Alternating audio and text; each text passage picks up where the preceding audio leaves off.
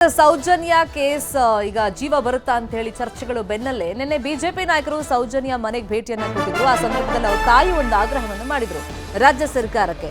Acquittal committee ರಚನೆ ಮಾಡಿ ಈ ಕೇಸಲ್ಲಿ ಯಾರೆಲ್ಲ ತಪ್ಪು ಮಾಡಿದ್ದಾರೆ, ಸಾಕ್ಷಿಗಳನ್ನು ಮುಚ್ಚುವಂತ ಪ್ರಯತ್ನಗಳನ್ನ ಮಾಡಿದ್ದಾರೆ, ಅವ್ರ ವಿರುದ್ಧ ಕ್ರಮ ಆಗಬೇಕು, ತಪ್ಪಿತಸ್ಥರಿಗೆ ಶಿಕ್ಷೆ ಆಗಬೇಕು ಅಂತ ಕೇಳ್ಕೊಂಡಿದ್ರು.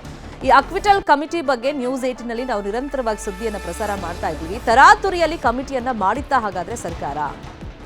ಜನವರಿ 2, 2025ರಲ್ಲಿ ಅಕ್ವಿಟಲ್ ಕಮಿಟಿ ರಚನೆ ಆಗಿದೆ ಅನ್ನೋ ಮಾಹಿತಿಗಳು ಸಿಗ್ತಾ ಇದೆ. ಅಕ್ವಿಟಲ್ ಕಮಿಟಿ ಅಧ್ಯಕ್ಷರಾಗಿ ಹರೀಶ್ ಶೇಖರನ್ ಅವರನ್ನ ನೇಮಕ ಮಾಡಲಾಗಿತ್ತು.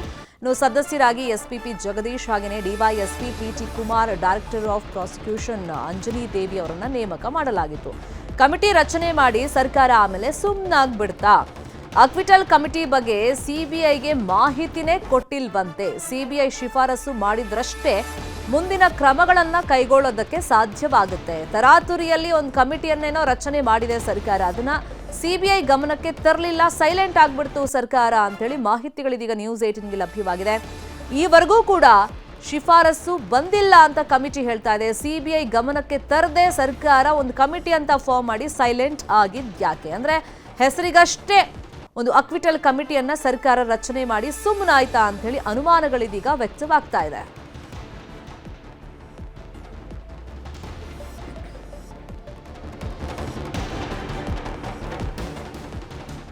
ಸೌಜನ್ಯ ಕುಟುಂಬದವರು ಸುಪ್ರೀಂ ಕೋರ್ಟ್ಗೆ ಹೋಗಲಿ, ಕೋರ್ಟ್ಗೆ ಹೋಗೋದು ಬಿಡೋದು ಅದು ಅವ್ರಿಗೆ ಸೇರಿದ್ದು ಅಂತ ಹೇಳಿ ಸೌಜನ್ಯ ಪ್ರಕರಣದ ಬಗ್ಗೆ ಸಿಎಂ ಸಿದ್ದರಾಮಯ್ಯ ಹೇಳಿಕೆಯನ್ನ ಕೊಟ್ಟಿದ್ದಾರೆ. ಸೌಜನ್ಯ ಕುಟುಂಬದವರು ಮುಂದಿನ ಕಾನೂನು ಹೋರಾಟದ ಬಗ್ಗೆ ಅಂದ್ರೆ ಸುಪ್ರೀಂ ಕೋರ್ಟ್ ಹೋಗೋದಾದ್ರೆ ಹೋಗ್ಲಿ, ಅದು ಅವ್ರ ಡಿಸಿಷನ್ ಅಂತ ಹೇಳಿ ಸಿದ್ದರಾಮಯ್ಯ ಹೇಳಿದ್ದಾರೆ.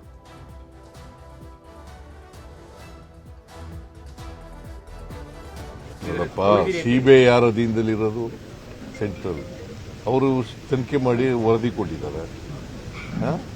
ಈಗ ಸುಪ್ರೀಂ ಕೋರ್ಟ್ಗೆ ಹೋಗಿ ಅಂತ ಹೇಳ್ತಾ ಇರೋರು ಯಾರು? ಇವರೇ. ಅದರಿಂದ ಏನಂತ ಹೇಳೋದು? ಸೌಜನ್ಯ ಕೇಸು ಯಾರ ಮೇಲೆ ಆರೋಪ ಮಾಡ್ತಾ ಇರೋದು? ಇವರು ಯಾರ ಪರ? ಇನ್ನೊಂದು ಕಡೆ ಸೌಜನ್ಯ ಪರ ಅಂತ ಹೇಳ್ತಾರೆ. ಯಾರ ಪರ ಇರೋದು ಇವರು? ಸಿಬಿಐ ಯಾರ ಅಧೀನದಲ್ಲಿರೋದಯ್ಯ? ಕೇಂದ್ರ ಸರ್ಕಾರದ ಏಜೆನ್ಸಿನೇ ಎಲ್ಲ ಮಾಡಿರೋದು, ತನಿಖೆ ಏಜೆನ್ಸಿ. ಈಗ ಸುಪ್ರೀಂ ಕೋರ್ಟ್ಗೆ ಹೋಗ್ತೀವಿ ಇರ್ತಾರೆ, ಹೋಗೋದು ಬಿಡೋದು ಸೌಜನ್ಯಕ್ಕೆ ಸೇರೋದು, ಫ್ಯಾಮಿಲಿಗೆ ಸೇರೋದು. ಇವರು ಯಾರ ಪರ ಇದ್ದಾರೆ? ರಾಜಕೀಯದಲ್ಲಿ ಬೇರೆ ಏನಿದೆ?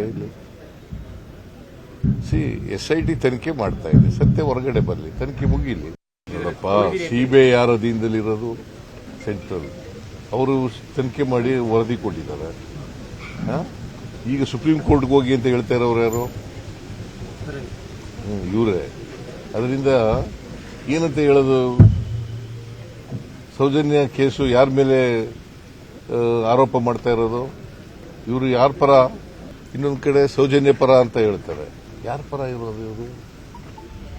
ಸಿಬಿಐ ಯಾರ ಅಧೀನದಲ್ಲಿರೋದಯ್ಯ?